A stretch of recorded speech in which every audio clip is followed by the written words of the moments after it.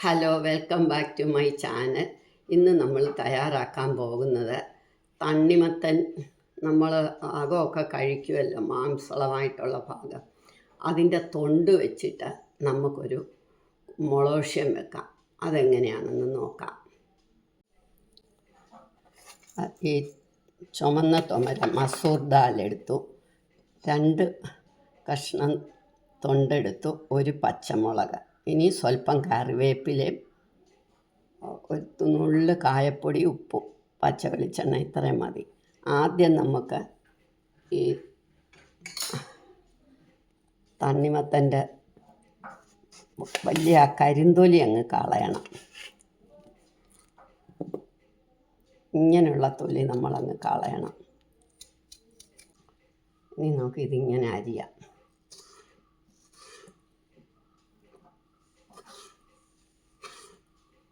ചെറുതായിട്ട് വേണമെങ്കിലും അരിയാം, വലുതായിട്ട് വേണമെങ്കിലും അരിയാം. ഇതെല്ലാം ഇങ്ങനെ അരിഞ്ഞെടുക്കാം. ഇതുകൊണ്ട് തോരൻ വെക്കാം, പിക്കിളുണ്ടാക്കാം, ദോശ ഉണ്ടാക്കാം. ഓരോ ദിവസം ഞാൻ ഓരോന്നിടാം. എങ്ങനെ അരിഞ്ഞാലും ചെറുതായാലും വലുതായാലും ഒന്നും കുഴപ്പമില്ല, നമുക്ക് പെട്ടെന്ന് തയ്യാറാക്കാവുന്നതാണ്. ഇത് നമുക്കൊന്ന് കഴുകിയെടുക്കാം.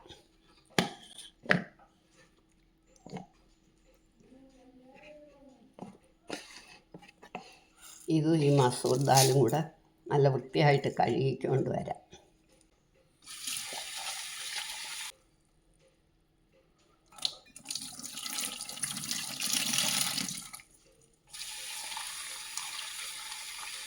രണ്ട് മൂന്ന് തവണ ഇങ്ങനെ കഴുകണം നമ്മളിതെല്ലാം വൃത്തിയായിട്ട്.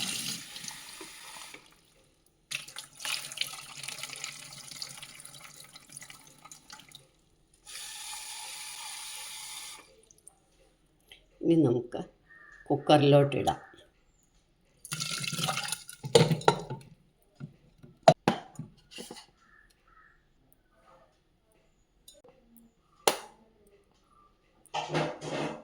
മഞ്ഞൾപ്പൊടി, ഉപ്പ്,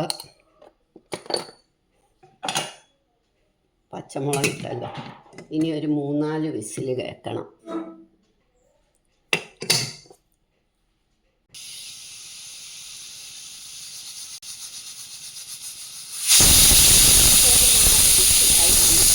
നിർത്താം,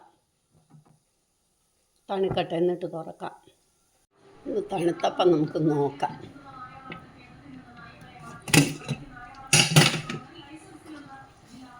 ഇപ്പം ഇത് പാകമായി, ഉപ്പുമൊക്കെ ഇട്ടു, നല്ല മുളോഷ്യം നല്ല പാകമായിരിക്കുക. ഇനി നമുക്ക് ഇത്തിരി പച്ച വെളിച്ചെണ്ണ ഒഴിച്ച് കറിവേപ്പില ഇടണം.